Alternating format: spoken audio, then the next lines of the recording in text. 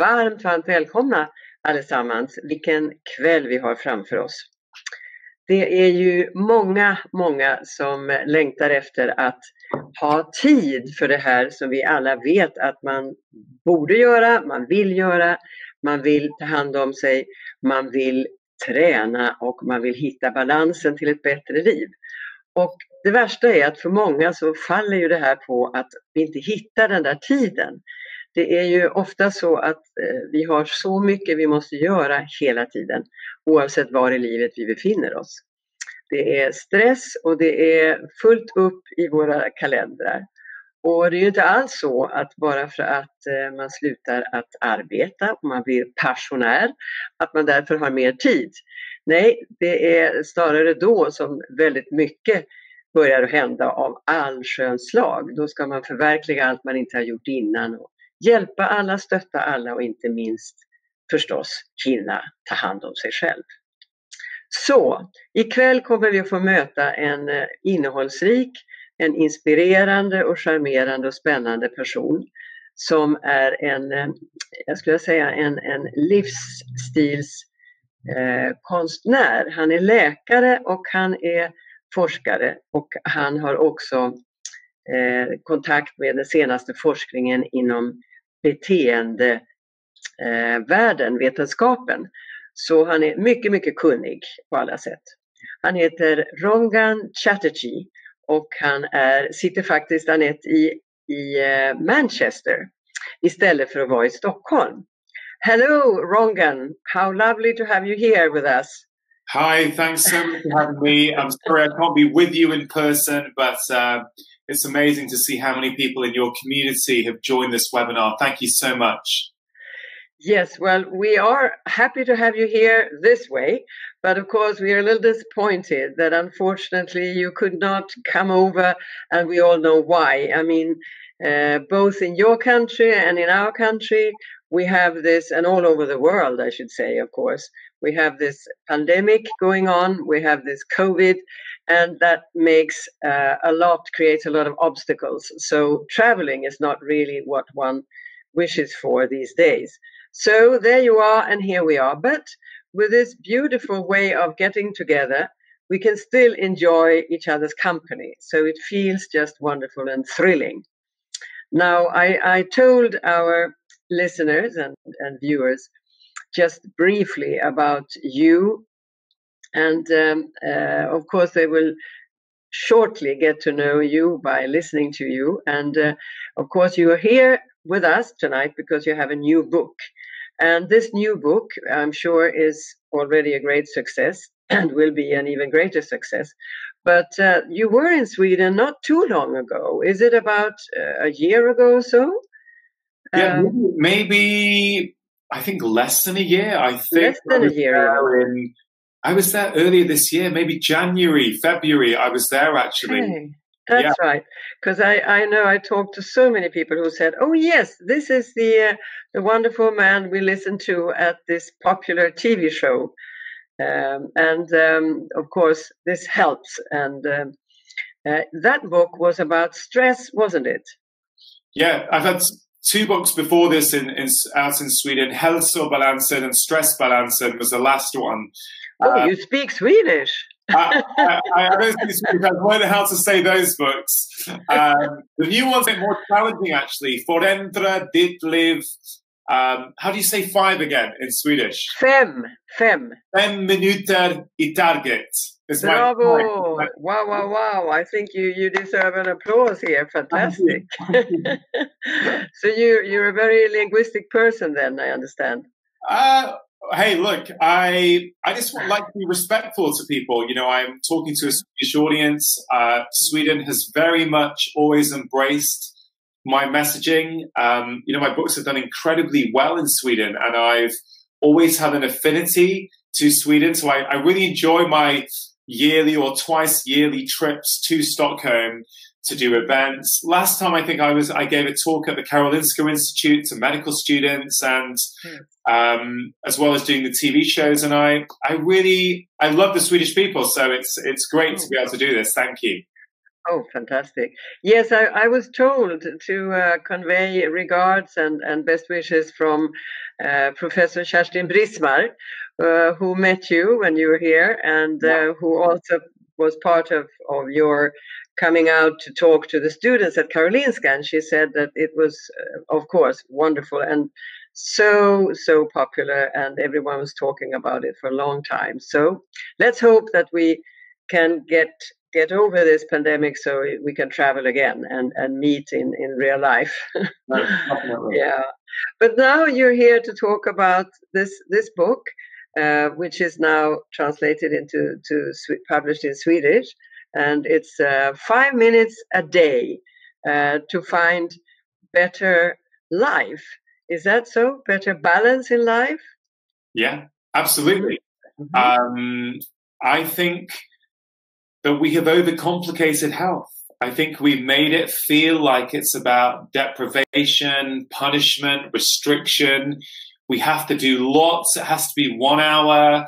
It has to be a real commitment. And I want to show that health can be easy. It can be achievable. Health can be fun. And where the idea came from is really in 20 years now of seeing tens of thousands of patients. I've always been interested in who is able to make change, who can actually make change, not for just 1 or 2 weeks, but for 1 or 2 years and beyond. And there's a consistent theme, and that's it. When we start small, we can make something sustainable. And because it is really difficult. Sorry, it is really, really difficult, isn't it, to actually make that change in one's behavior and make it stay, make it last. I mean. Yeah, absolutely. I'll give an example from my practice to really illustrate how powerful this is. Okay, so about 7 years ago, I had a patient in there. I think he was maybe 42, 43. I'll tell you about this patient. I know I'm speaking to mostly women, but this man, I've had lots of women say the same thing, but this is a very powerful story. 42-year-old chap comes in to see me, a little bit overweight. He has low mood and he's exhausted all the time. And he wanted help. And I saw him, I spoke to him, and it was very clear to me that there were many aspects in his lifestyle that I felt were contributing. And so I went through some options with him. And he goes, no, I don't want to do that. No, I don't want to do that. And when I said strength training can affect his weight, his mood, his energy, his eyes lit up. He said, yeah, I want to do that. I used to do it as a teenager. I don't do it anymore. That's what I want to do. I said, okay, great. He says to me, shall I do 45 minutes 3 times a week in the gym? And I said, hey, if you can do that, that will be amazing. Fantastic. He has a big smile on his face. He walks out. He says, yeah, I'll see you in 4 weeks, doctor. 4 weeks later, he came in to see me. And I said, hey, how are you doing? And he looked really, his shoulders rolled over. His voice went low. He said, Dr. Chatterjee, I've not had time to go. I've not been to the gym. Work's been stressful. The gym's quite expensive. It's quite far from my work. I've not managed to go yet. And you could see he felt like a failure. And I remember thinking, I didn't think, why is he not doing what I asked him? I thought, Rangan, you're not giving him good enough advice that he feels is relevant. So I took off my jacket and I taught him a 5-minute workout that he can do without buying equipment, without going to a gym, without even getting changed. And I said, can you do that? He goes, yeah, that's easy. I said, okay, can you do this for 5 minutes twice a week in your kitchen? And he looked at me, he said, 10 minutes a week. I said, yeah, I can do that. I said, okay, fine. I'll see you in 4 weeks. He goes away. 4 weeks later, he comes to see me. This time he walks in, proud, big smile on his face. I said, how are you? He said, Dr. Chatterjee, I'm really well. I started off doing 5 minutes twice a week, but it was so easy to do. I felt so good afterwards that I now do it for 10 minutes every evening before my evening dinner. So that's 70 minutes of strength training a week. He's been doing that for over 5 years now. Okay. And not only that, there's something that I write about in the book called the ripple effect. It's not just that one change. That's the start. But because he feels good about himself, he now eats better. He now sleeps better. Now, because I saw him recently, he gets up every morning and he does breath work and meditation for 10 minutes at the start of the day. And so what I did with that chap is I helped him create a new habit. I didn't bore him with the science, but what I did with that patient, actually, it follows the rules of behavior change. So do you mind if I just share some of those rules? I think your audience will really like it. No, go ahead, of course. Yes. So in the book, I talk about the 6 simple tips of how you make any new behavior stick. But let me just talk about 2 of them really quickly, because I think people really understand this. Rule number 1, you have to make it easy. We often, when it comes to health, we try and make it really hard. We try and make it really complicated. But all the science says, if you want to make a new behavior stick, you make it easy. Why is that? There's one big reason.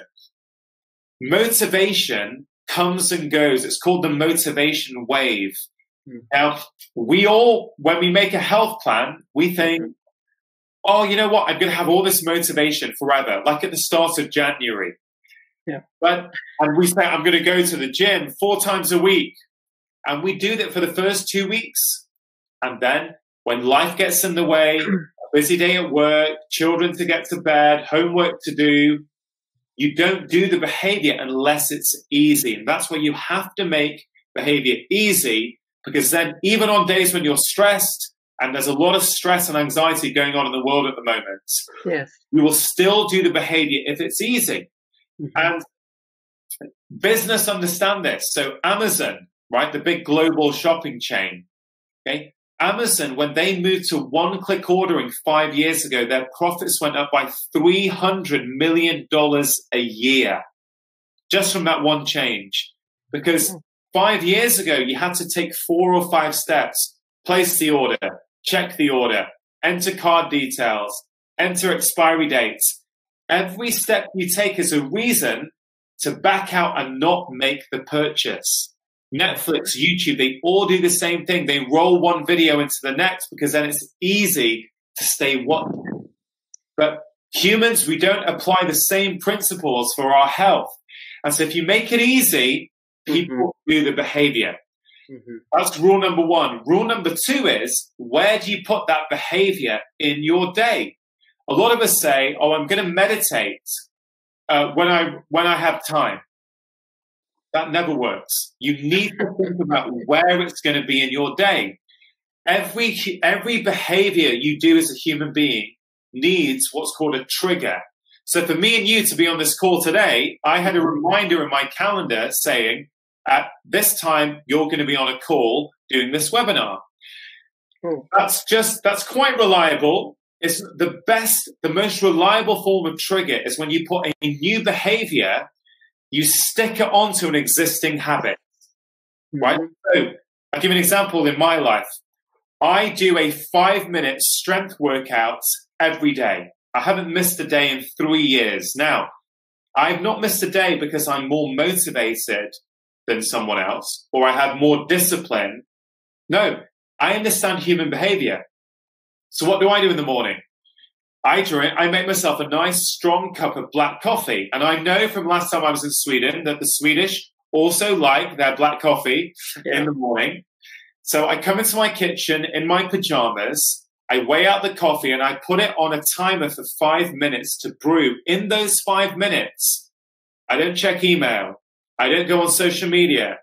I do a workout in my kitchen in my pajamas. So I make it easy.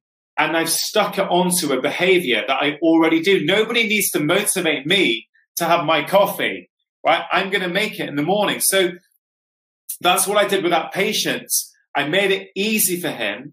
I did it in his kitchen. And he ends up doing the behavior. And so, what you'll notice is when I told that story is that the first time he comes back to see me, he feels like a failure. I was trying to do 40 minutes 3 times a week. I can't do health. I'm not the kind of person who can be healthy. But when I made it easy, he does it. He feels good about himself. And he starts to do more, not because I told him, but because he wants to. And that's the key. And so his identity, real behavior change is actually identity change.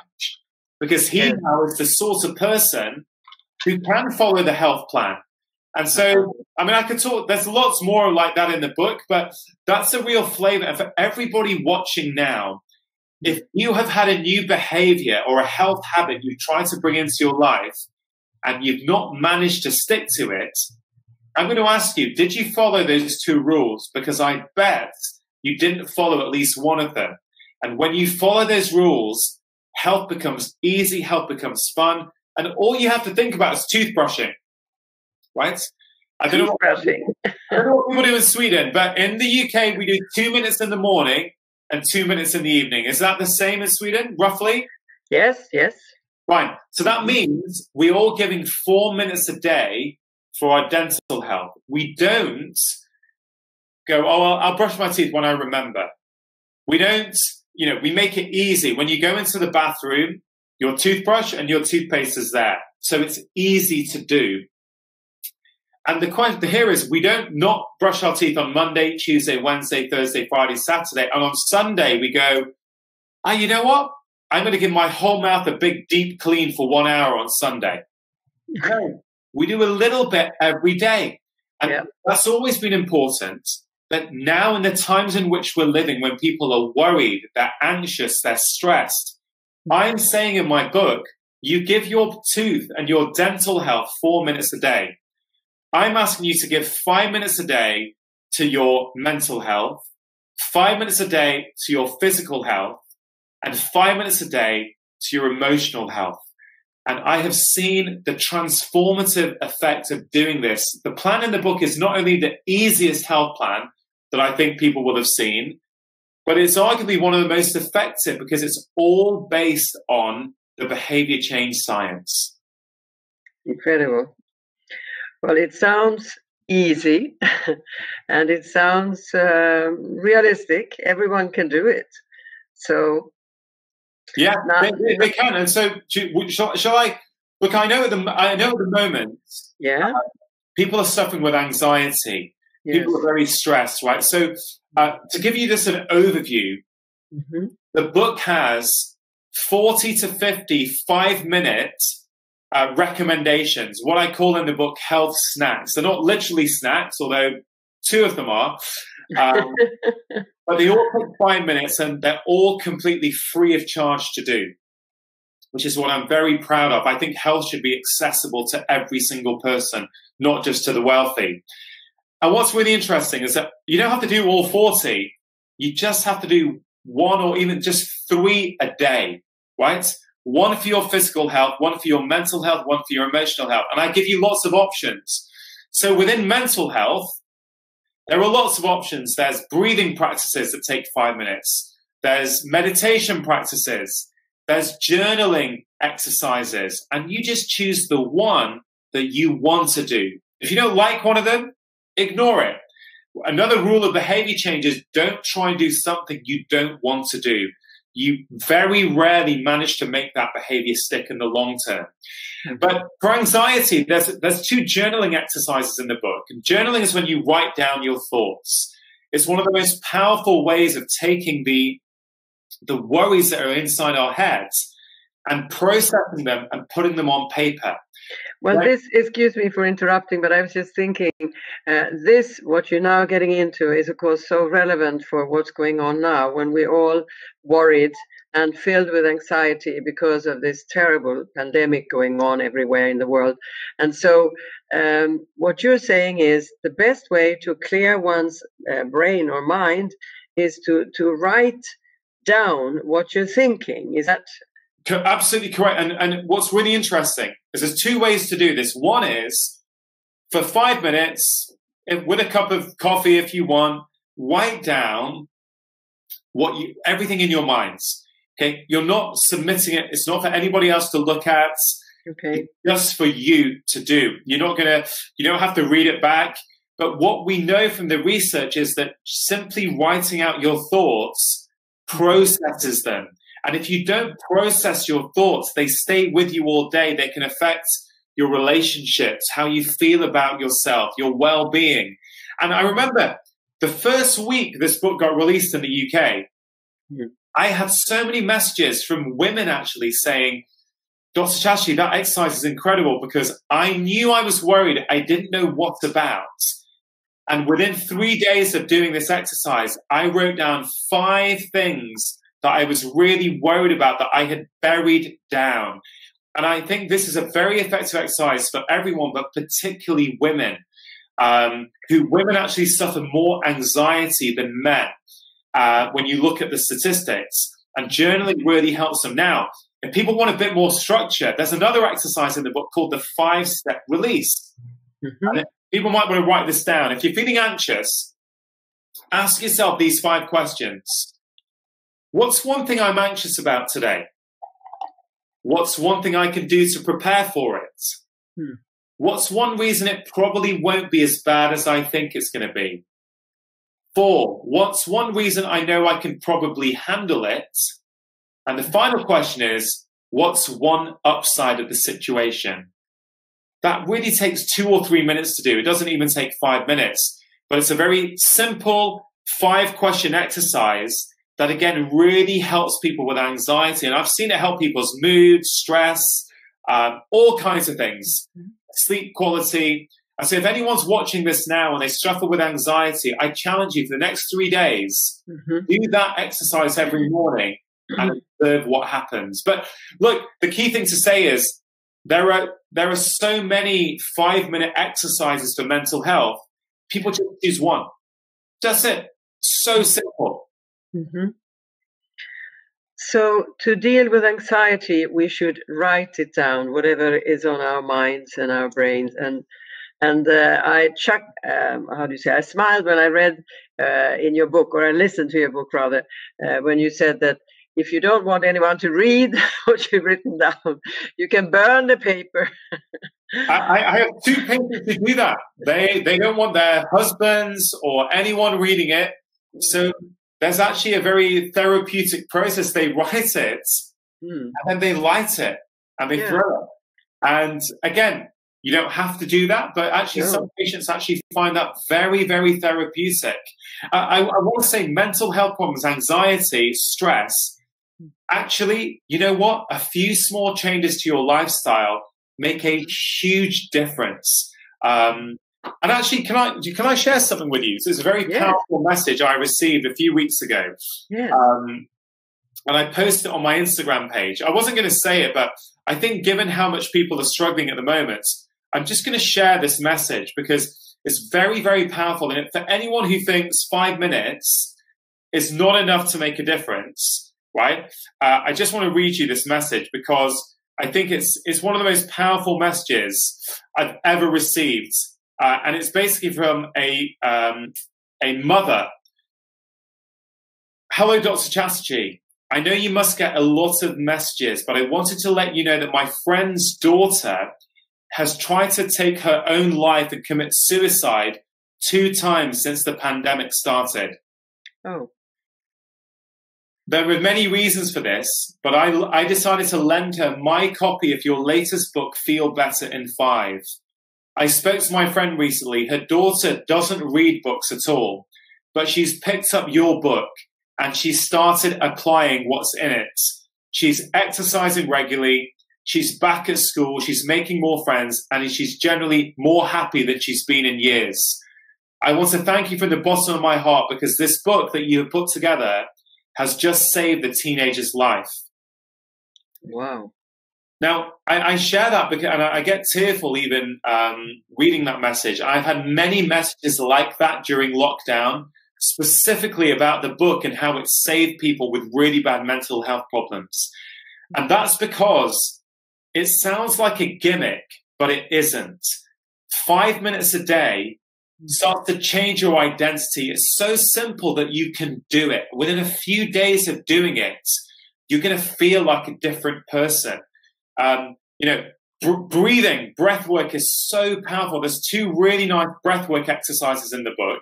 There's many more on my website that people can do. But you choose one. I start every day before I do that workout and have the coffee. I get down. The first thing I do before anything is I do 5 minutes of breathing. 5 minutes of breathing. Then I go to the coffee and my workout. So every day within 10 minutes of waking up, I've done 5 minutes of breath work for my mental health. And I've done a 5-minute workout for my physical health. So simple. And it means even on busy days, I don't have to find time later in my day to find time. Do you know what I mean? It's very, very powerful. So, but there are also, in the physical health, there are lots of 5-minute workouts in the book. Yoga flows, intervals, strength training. There's a great body weight workout that I do every morning called the Classic 5.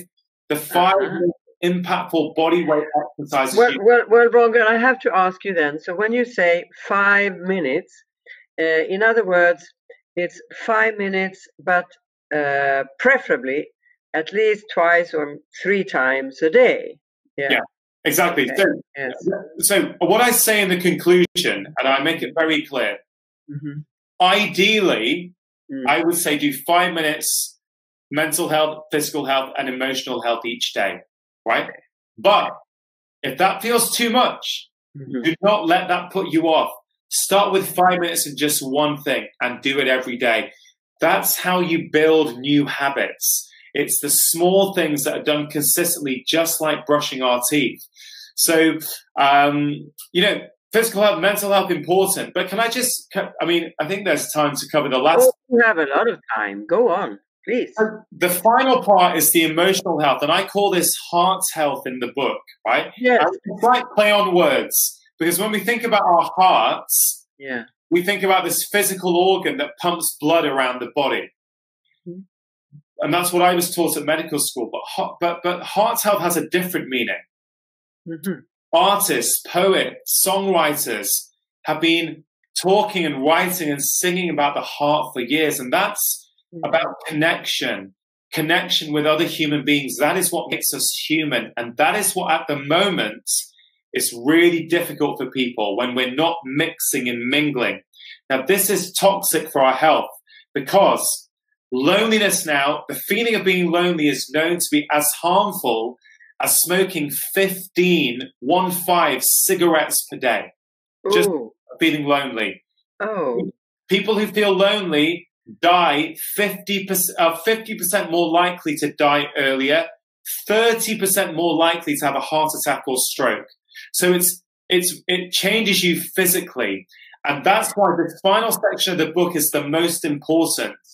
We have to do something every day where we connect either with another human being or we connect with ourselves. But you know how difficult, you can imagine how difficult it is for so many people now who live alone, who are elderly, for instance. I agree. Who are sick and ill, and they are forbidden to meet or to actually see somebody because of this pandemic. So they've been isolated for so long, and now it's going to happen again. In our country, just to inform you, so we can compare how it is in your country. In our country now, the second wave is coming on, and more of our regions all around the country have to harden and to tighten the restrictions. So the elderly, they will be not allowed to have visitors or to have their near and dear to come and see them. So what's going to happen with the mental health? So first of all, I really sympathize with that. A similar thing is happening here. Mental health problems are exploding at the moment. People are really struggling. And that's why this connection piece is even more important now. Right. So if you can't see them physically, let's define what connection really means. Okay. So Professor John Capiosho has done all the research on this. Connection is not about physically being with someone. Why? You could be in the center of Times Square in New York with thousands of people and you can still feel lonely. Right? Connection is about a shared experience with someone. Now, of course, we would much rather do it face to face. But just as we're doing this using technology, it's not the same thing, but it's still better than nothing. So if anyone's watching this now and they do feel lonely, really 5 minutes a day of connecting with someone else, whether it's a friend, whether it's a parent, whether it's a son or daughter, a work colleague, whatever it is, intentional connection time makes a big difference. Instead of feeling sad by yourself, phone someone, say, hey man, the new lockdown, the new restrictions are really worrying me, and share that experience. Because when you share an experience with another human, that's what connection is. That's when the neurons start to fire. So, and there are, I think that this is the biggest section in the book, because I think it's the most important. There's about 10 or 15 suggestions, whether it's phoning a friend each night, whether it's writing a letter each night to someone else, right? Or tomorrow is World Kindness Day, right? When we are kind to someone else, we get more benefit than the other person, right? It helps change our biology, lowers our stress levels of the hormone cortisol. So at the start of the pandemic, I think I did every night. I got my phone and I would pick a contact from my phone that I hadn't spoken to in a long time, and I would send them a really nice message. I would say, one guy I said, hi Martin, you've not heard from me in about 6 years. I hope you're well. I remember you helped me move into my new flat 6 years ago. I just want to say I always appreciated that. Thank you. And you know what? It feels so good. And a lot of people who really focus on the connection side, do you know what they tell me? No. They eat less sugar. They drink less alcohol. They watch less television. Because often when we don't feel connected with someone else, that's hard on social media, but there's a lot of private groups. Like I have a private Facebook. The world outside us is changing at the moment, right? We can't control that. No. Okay? And if we think, oh, when the world changes, I'll be happy again. When the government changed their rules, I'll be happy. On one level, we remain prisoners because actually we're dependent on other people for our happiness and our well-being. And I've always focused on, with myself and with my patients, control what you can control. And you can control if you give your mental health 5 minutes a day, your physical health 5 minutes a day, and your heart health 5 minutes a day. These things are under our control, right? You may not be able to see your friend. Maybe you can call them. Maybe you can do it on the internet. Can I say there's a really and for people who can't, you can connect with yourself. So gratitude, a daily practice of gratitude has been shown to have really good benefits for stress, anxiety, sleep, mood. There's a game that I play. In fact, after this webinar, when I join my wife and kids for dinner, we play a game every dinner time that you can play by yourself. But it's one of my favorite parts of the day. And we all go around and we answer 3 questions. Number 1, what have I done today to make somebody else happy? Number 2, what has somebody else done today to make me happy? And number 3, what have I learned today? It's a very small game. It's a powerful game because it shifts your attention from the negative onto the positive. And it also connects us in such a beautiful way. I learn things about my children and my wife that I wouldn't learn in regular conversation. So you can do this over the phone with a friend, or you can just do it yourself. And, you know, honestly, I'm so passionate about this because I know this makes a difference to people's lives. These are just little tips. There are so many in the book just like this. And, you know, pleasure, doing something you love each day. That's one of the recommendations, right? What do we know? The science shows us regularly doing things that you love makes you more resilient to stress, right? It's good for us. So if you're lonely, if you're feeling by yourself, is there something? Can you have a daily dose of pleasure? Maybe it's watching your favorite comedian on YouTube, or maybe it's reading a book. Or maybe it's listening to one of your favorite pieces of music or a podcast, whatever. But we should think about, when we think about health, we have to think about pleasure as well. It's a very key part of health. Maybe it's dancing. 100%. I think one of the best things you can do for physical and mental health, and again, I write about it in the book, the power of dancing. If you feel lonely and down, I challenge you, put on one of your favorite upbeat tunes and dance around in the kitchen to it. You can't feel sad when you're doing it. It's impossible. No. Yes, it is. You know, I'm laughing because you don't know that, but I used to have and run a nightclub for over 20 years. Wow. And that was my luxury, dancing. So whenever I felt a little low or tired or moody, I took a dance or two. There you go. And it helped. What that highlights is exactly what it said at the start. Health can be simple. Health can be fun, right? And in these dark times in which we're living, let's bring some fun back to health, right? It doesn't have to be, many people think I can either enjoy my life or I can be healthy. And I'm saying we can do both. And this approach that I've taken, and what's really interesting is to see how many different people resonate. So I've got grandparents who love this as a way of keeping well and increasing their longevity and how they feel and how they perform.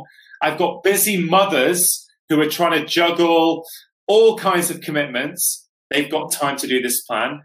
So many schools in the UK are using this as their wellbeing program for schools now.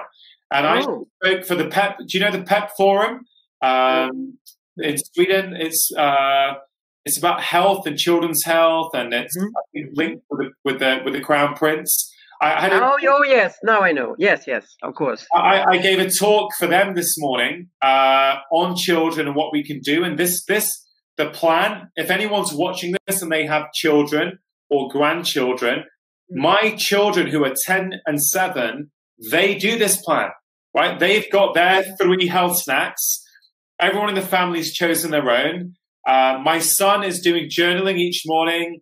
He's doing dancing for 5 minutes, and he's doing gratitude. And we have a tick chart, which is a really beautiful way of keeping children and adults engaged. But there's also big corporate companies who I've spoken to, like Apple and Facebook.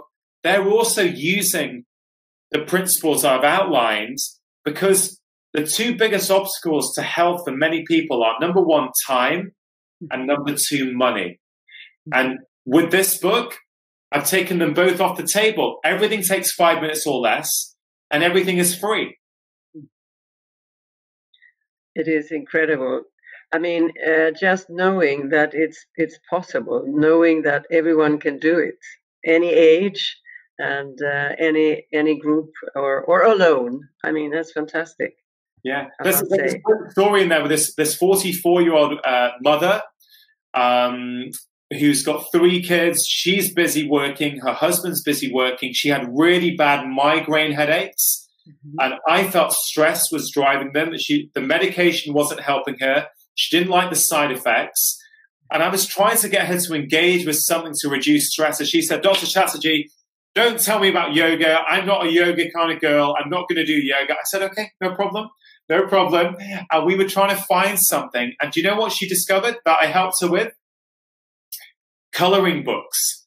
It's really big now in the UK as a mindful practice, because when you're coloring in, your mind quietens, your stress goes down because you're concentrating.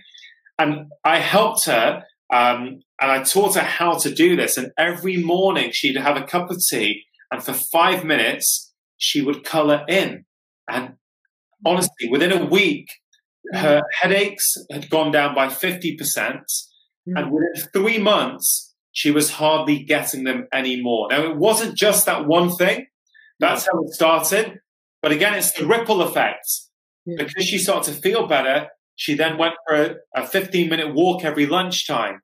She then had a better relationship with her husband in the evening, etc., etc. So I'm passionate that whoever you are, whether you want more vitality in your life, or whether you're struggling with a problem like anxiety, depression, type 2 diabetes, too much weight, problem sleeping. There are combinations in the book that I picked out just for you. And so I really feel passionate that everyone will benefit from what I've outlined in the book. So how did you get into this path? I mean, of delivering such fantastic, easy, incredible ways of helping others to better life. How did it start for you? Were you going the wrong path and then suddenly it dawned on you, or how did it happen? Yeah, there's a couple of big stories there. I mean, so the simple answer is, I remember sitting at the end of one of my days, maybe 10 years ago. I'd seen about 60 patients, and I thought to myself, how many patients have you really helped today? And I looked through the list, went down the entire list, and I thought, I've only really helped 20% of people. The other 80%, I've done something.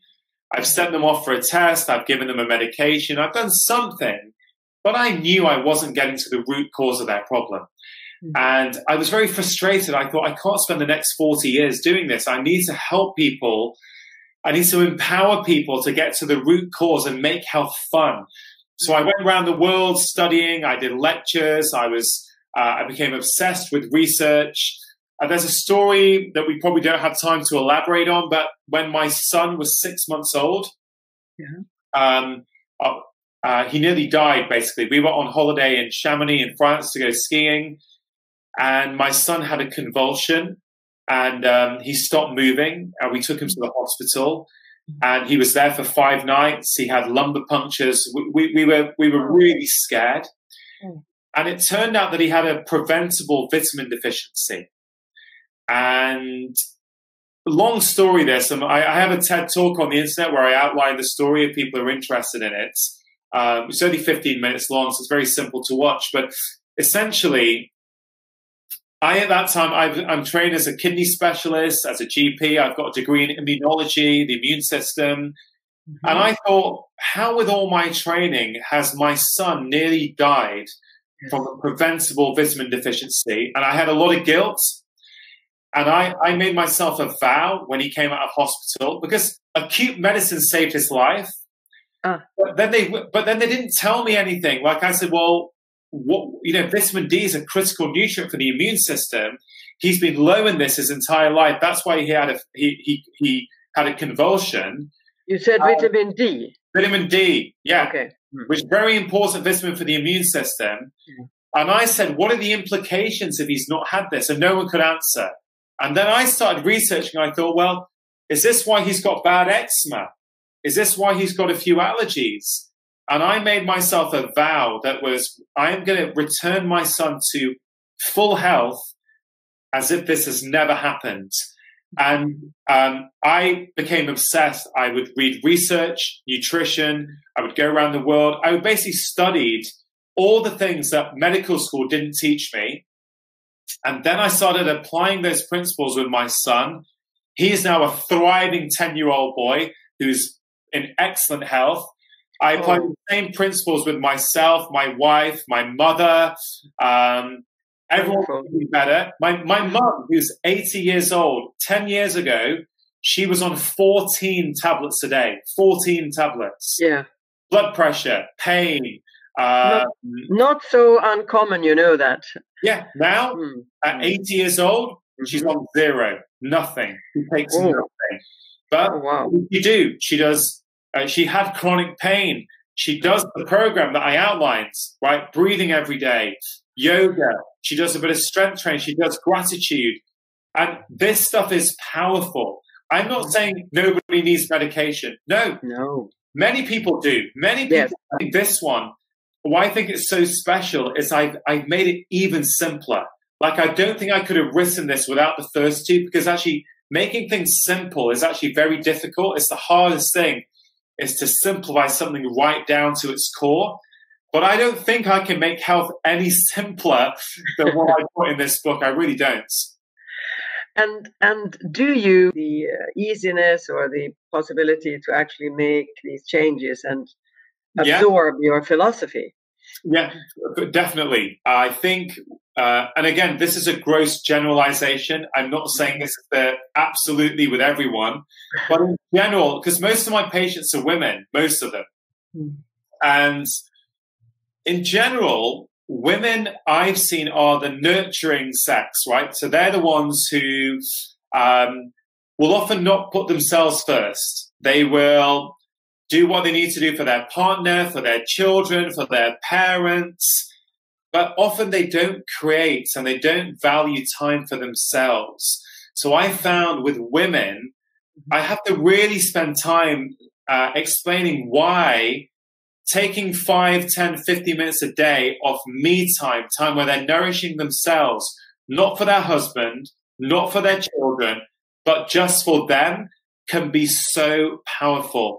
But once I help them understand that, I find that they get addicted to this because they start to feel really good once they start to nourish themselves. So I just think it's a perception, whereas I think men maybe don't have the same problem doing things for themselves. Yes, men are more used to, excuse me for saying this, but putting themselves first. I mean, what's good for me is good for the rest, for the family. This is more natural, comes more natural, I think, to men than to women. Yeah. Well, I think the other thing, as I touched on earlier, is that women tend to suffer with more anxiety than men do. Depression is a big problem in men, particularly young men. But I think anxiety is something I see a lot of. And I think there is some neuroscience there that women's brains and men's brains are wired somewhat differently for various things. In fact, your audience will love, I did a wonderful podcast with someone called Dr. Lisa Mosconi, who's written a book on the female brain. I did a 2-hour chat with her a few weeks ago. Women are loving that conversation. Actually, if you could ever get, I don't know if Lisa's book is around in Sweden, but you would very much like it for your community, I'm sure. Lisa what? Lisa? Mosconi, M-O-S. O-N-I. Okay. But as I say, there's a free podcast on the internet that I spoke to her about the female brain, and it's my female audience are really, really enjoying it. So if anyone's interested, I think it's worth listening to. Yes. Well, I know that there are many of your podcasts that are so interesting, these talks, but now you're here for this book, and it's thrilling to know that we can all do it. 5 minutes is not impossible. Now, I wonder, Annette, could you pick out a question or two from our listeners? Yes, hello. We have some questions for you. And the first one is from Åsa-Britt, who would like you to give an example of a breathing Yeah, sure. Well, thank you for asking the question. Okay. So there are so many options, but a one that I'm doing at the moment because I really like it, and it's in the book. It's called breath counting, is what I've called it in the book, and it comes from the Zen and the old Buddhist practices. So very simple as this: you breathe in however you want, ideally, I guess, with your eyes closed, and then you breathe out, and you count the number 1 in your head.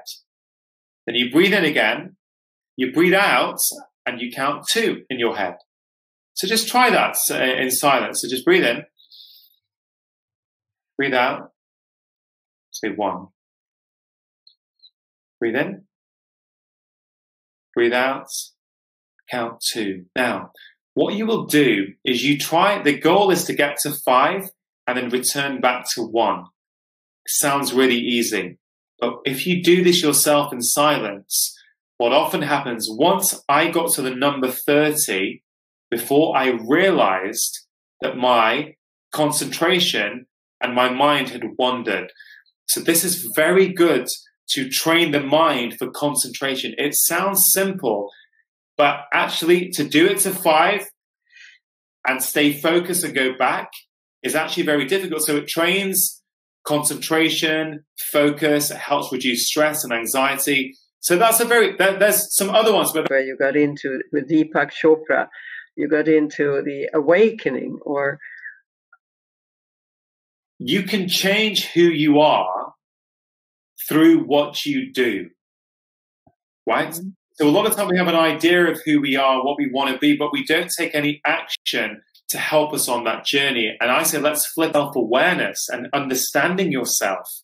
But that comes when you switch off from the outside world, when you turn off the external noise and you start to go inwards.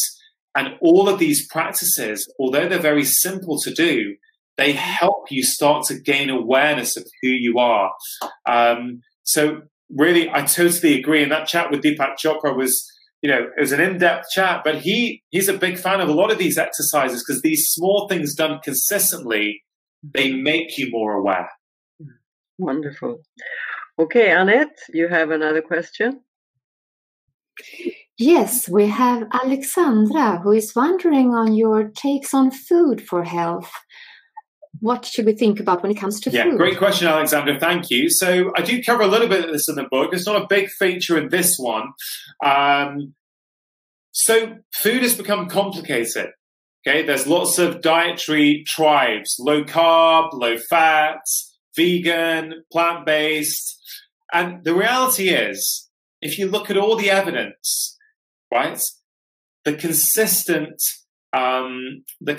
pattern is minimally processed foods. So really, and I don't know what it's like in Sweden, but whenever I've been in Stockholm, and of course I've been eating in restaurants because I'm not in my house, I find there's a very traditional diet there of minimally processed kind of traditional foods.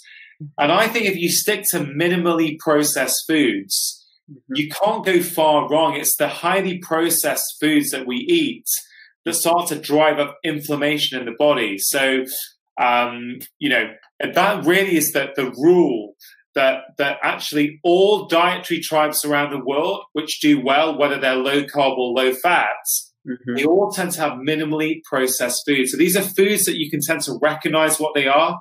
Meat that looks like meat, fish that looks like fish, vegetables that look like vegetables, fruit that looks like fruit. Simple stuff, but often we have foods these days, we don't actually know what they are or what's going on. So, it's very hard to give a short answer to this because I could talk to you for 3 hours on food. But that is by and large the broad principle. But another principle on food is this.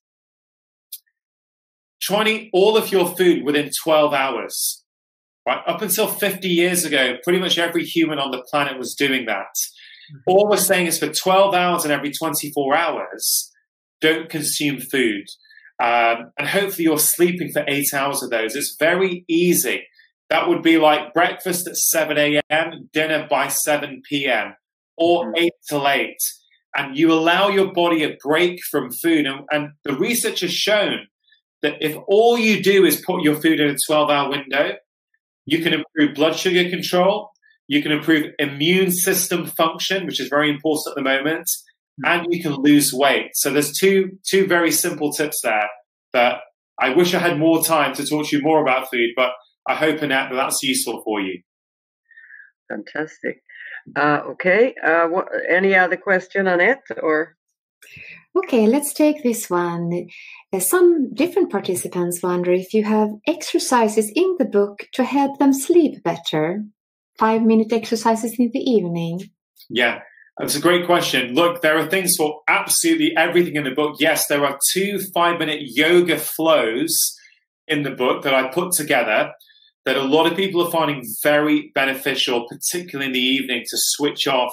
So yeah, you'll definitely find that in the book, and I really hope it helps you. And if it does, please send me a message somewhere on social media. Let me know. I'd love to know if it helps you sleep. But I did, and I do know, of course, that talking about sleeping well, we had a nice talk to Michael Mosley not too long ago. On his book on sleeping better.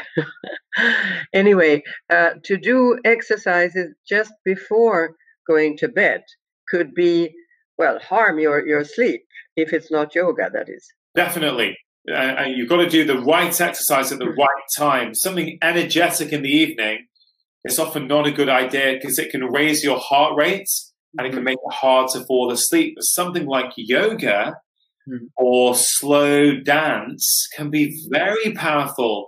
So, you know, it's in the detail. What is the exercise? What's the intensity of it?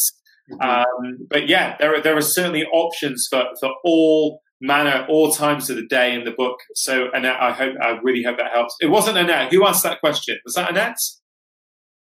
Yes. It was Annette. Okay, yes, great. Yes. Okay, now, what I'm sure you're already in the process of writing a new book. Is that so? Yes, it is actually. I love writing. It's my creative time. I really enjoy it. Actually, I really enjoy it. Because you've been highly productive with 3 books in 3 years. Isn't that so? More or less. Yeah, I have done it. And you know, I'm kind of pinching myself even thinking that, because 4 years ago, the thought of being an author was a dream. Like, you know, it was a dream. And then now I'm suddenly, you know, on my 3rd book in 3 years. And actually, there's a new one coming out in the UK in the new year, which I'm really excited. And that I'm assuming that will probably come out of Sweden sometime next year. But what is the title? In the UK, it's called Feel Great, Lose Weight. And it's specifically, I think it's a very different approach to weight loss. It's a compassionate approach. It deals with what to eat, why we eat, how we eat, when we eat, where we eat, lots of things that people aren't talking about. And so, you know, maybe we can do a webinar next time as well when that's out. Of course, let's hope so. Now, I have a question, and it's about the brain. Okay. Yes, I know you have a lot in your books for the brain, about the brain, but a lot of us, of course, worry about Alzheimer's and losing our memory and all that thing. Now, do you have any specific advice for how to keep our brains more alert and working, so to speak? Yeah, that's a great question. Okay, so a few things to say. When it comes to brain health, everything we've been talking about already is absolutely helpful for the brain, but some specific things to think about. Number 1, chronic stress is very damaging to the brain, right? Stress is meant to help us in short doses, small doses. But chronic, unrelenting stress kills nerve cells in what's called your hippocampus, which is the memory center of the brain. And we now know clearly that chronic stress for 20, 30 years is causative in the development of Alzheimer's and in the development of dementias and memory loss. So I'm not saying that to scare people, but I'm saying that to say, look, sometimes you can't avoid the stress in the world that's out there, but you can come up with a daily plan to manage it, whether it's journaling, whether it's a walk for 20 minutes each day, whether it's a high-intensity interval workout for 5 minutes, whether it's a breath work practice. We know that these things lower the stress hormone cortisol, which means less of the nerve cells in the brain will get damaged. So stress is a really big one to think about. The second one is sleep. Oh, yes. Again, we know that sleep will change the architecture of the brain. And the odd night of poor sleep, don't worry. But if you are consistently struggling with your sleep, you really want to look at why that is. And, you know, certainly exercises in the book will help. In my previous ones will absolutely help. Because sleep, 95% of the time when people are struggling with their sleep, they are doing something in their lifestyle that they do not realize is impacting their ability to sleep at night. It's very rarely what we call a sleep disorder. Most of the time it's not switching off in the evening, too much bright light from screens in the evening, caffeine too late into the day. Like the reality is many people don't realize that caffeine has a long half-life. So even a large cup of coffee at midday, half of that is in your brain at 6 p.m., a quarter of that is in your brain at midnight. Wow. So for me, I do love coffee, but I will only drink it first thing in the morning. I will not drink it after 12 p.m. because I know it affects my sleep. Now, it may not be the same for everyone, but when you're talking about brain health, really, I want to think about sleep. I want people to think about stress. Okay. Fantastic. Two S. Exactly. Yeah, wonderful. Okay, Annette, do you find any other question that we would have the time to bring up to before we...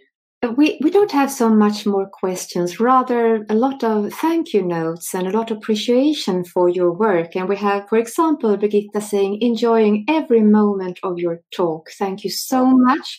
My husband listens to your podcast on his morning walks. So lots of love and thank you wishes from all the participants here for you tonight. Well, thank you so much. I want to say to all of you, everyone who's attended, who's given me an hour of your time, I hope you got value.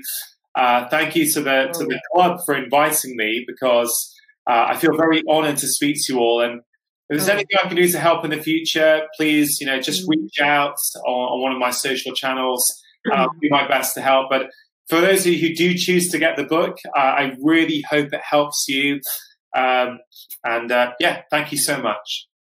Oh, we are very, very happy and pleased and thrilled and inspired now after this talk.